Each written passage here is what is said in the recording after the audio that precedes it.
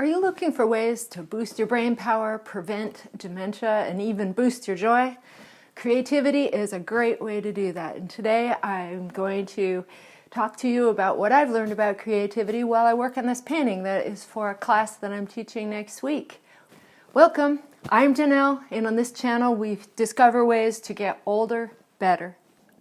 As I was preparing to do this painting, I was thinking about creativity. We always hear about how important creativity is, how healthy it is for us, but I kind of wanted to know why and how can we boost our creativity.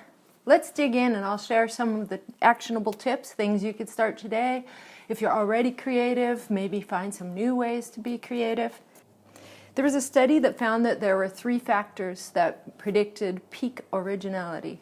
One was openness to experience. Another one was time spent in doing creative hobbies. And another one was that when people would carve out time for themselves. Creativity can range from, of course, the traditional arts like painting and writing and dance, but it also can encompass things like inventing a new recipe or finding an inventive solution for a broken down part in your car, or even inventing funny jokes for your grandkids. So creativity is more about being able to access your memories and connect them with new and innovative ways to solve problems. There's quite a bit of research that suggests that doing creative activities, and especially trying new creative activities or new ways to do the activities you already do, can help prevent dementia. It can create new connections in your brain, gives you new challenges. So one way that I'm doing that is I have been painting for many years.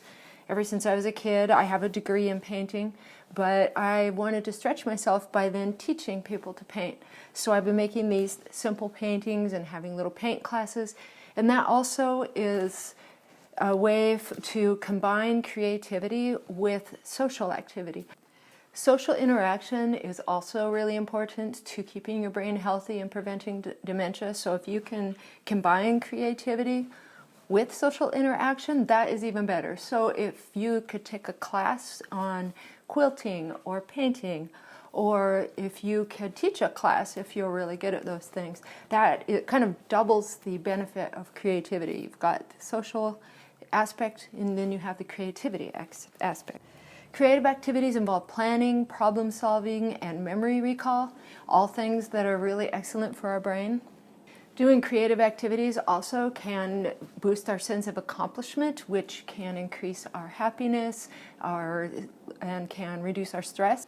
There's a lot of mention in the research on creativity that giving your chance for your mind to just wander, it's probably harder for us these days with our phones, that we can amuse ourselves with scrolling more. But just being bored, just being quiet, just allowing your mind to wander can be really beneficial to boosting your creativity and getting some new creative ideas. One way I like to do that is on my hikes. I don't listen to podcasts, I don't listen to music, I just walk and I let my mind wander. I get a lot of ideas. Some people like to use voice memos on their phone to capture those ideas so you don't forget them later. When I'm out just being in nature, it's very restorative.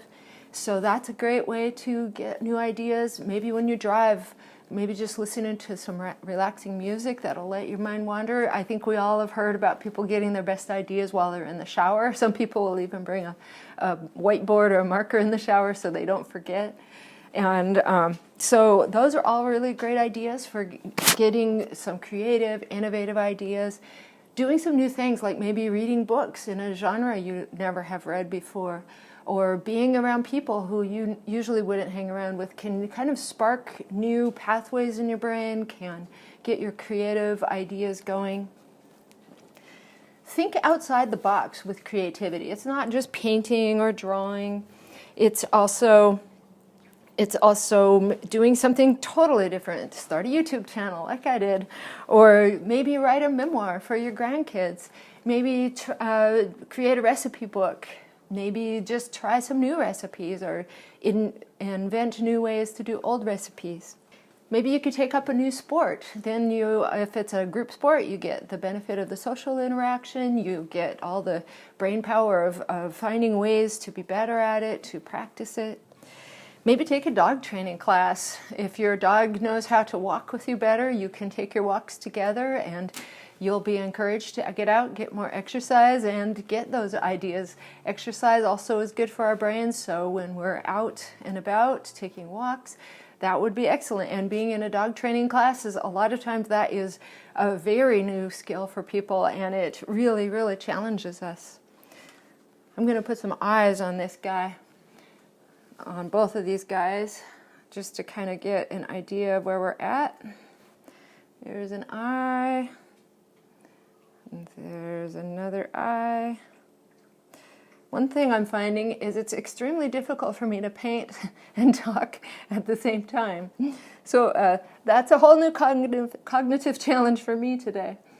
I have had to try to do this about 3 times now, and I keep losing my words.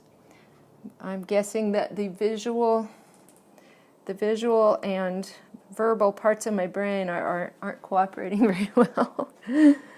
But I'm getting through this. I need to get this sample painting done so that I can get my advertisement out so people know I'm having the class and they know what they're going to be painting. So I wanted this to be kind of a Valentine's Day theme. So I wanted these fish to kind of make a bit of a heart. So that's what I'm doing. And not only is teaching these classes kind of a new thing that I've done in the last few years, but I'm using acrylic paints, which is also new for me. When I was in school training to be a painter, we used oil paints, which is most of my larger oil paintings that I've had in shows are oil paintings. So this is kind of a fun new thing for me, is to work with acrylics. And again, those new challenges are really good. And when I'm in class, people are having challenges that I didn't even think of, so I have to problem solve on the fly while I'm in class. And so that is excellent too, and I get that social interaction, and it's really cool. So we're going to make this tail. I want them to intertwine. It's just a little bit off center, I think, but I don't know if I should worry about that or not. Anyway, if you have some favorite creative projects that you love to do, if you have ways of exploring creativity, of boosting your creativity that you'd like to share, please put that in the comments. If you've had challenges with being creative, maybe finding the time, maybe finding the inspiration, let me know. It'd be interesting to see your questions, your successes, and I am going to keep painting this.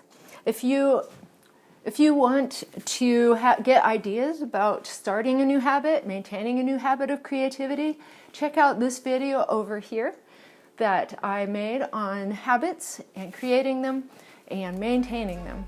Thank you for coming by. Take care.